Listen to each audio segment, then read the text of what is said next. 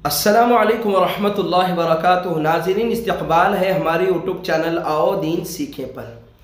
हज़रत मौलाना साद साहब दामत बरकातुहुम के जो लोग मानने वाले हैं उसमें बाज़ ऐसे बड़े बेवकूफ़ हैं, इतने अनभक्त हैं, अल्लाह बचाए।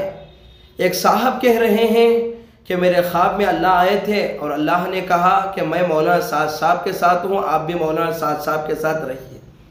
कितनी बड़ी बेवकूफ़ी की बात है। अल्लाह पर तोहमत।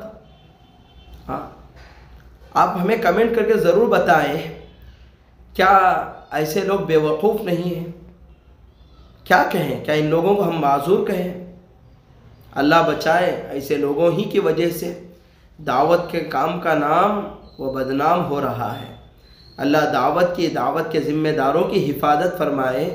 आप थोड़ा सुन लें साहब क्या कहते हैं, सुन लें। तो अल्लाह की ज़ियारत किया तो उस आदमी ने पूछा, ए अल्लाह, ये हमारा शूरा का झगड़ा चल रहा है, मैं किधर से हूं? तो अल्लाह ने फरमाया, मैं खुद मौली साथ के साथ हूं, तू भी साथ में हो जा। उस आदमी ने इस बात को शेयर किया। उलमा ने कहा मुंह दबा कर रखो, बंद करके रखो।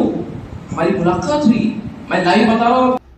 जी हाँ दोस्तों, आपने जो सुना, देखिए ये साहब कैसे हैं, कितने अनबख्त हैं। बेवकूफ़ी की इंतहा हो गई, जुल्म की इंतहा हो गई। अल्लाह हिफाजत फरमाए, अल्लाह इन लोगों को हिदायत दे। सब ऐसे नहीं होते, बाद बेवकूफ़ ऐसे होते हैं। ऐसे बेवकूफ़ों की वजह से दीन और दावत का नाम ख़राब हो रहा है। अल्लाह दावत और तबलीग की हिफाजत फरमाए, इसके ज़िम्मेदारों की हिफाजत फरमाए। आमीन। जज़ाकल्लाहु खैरा।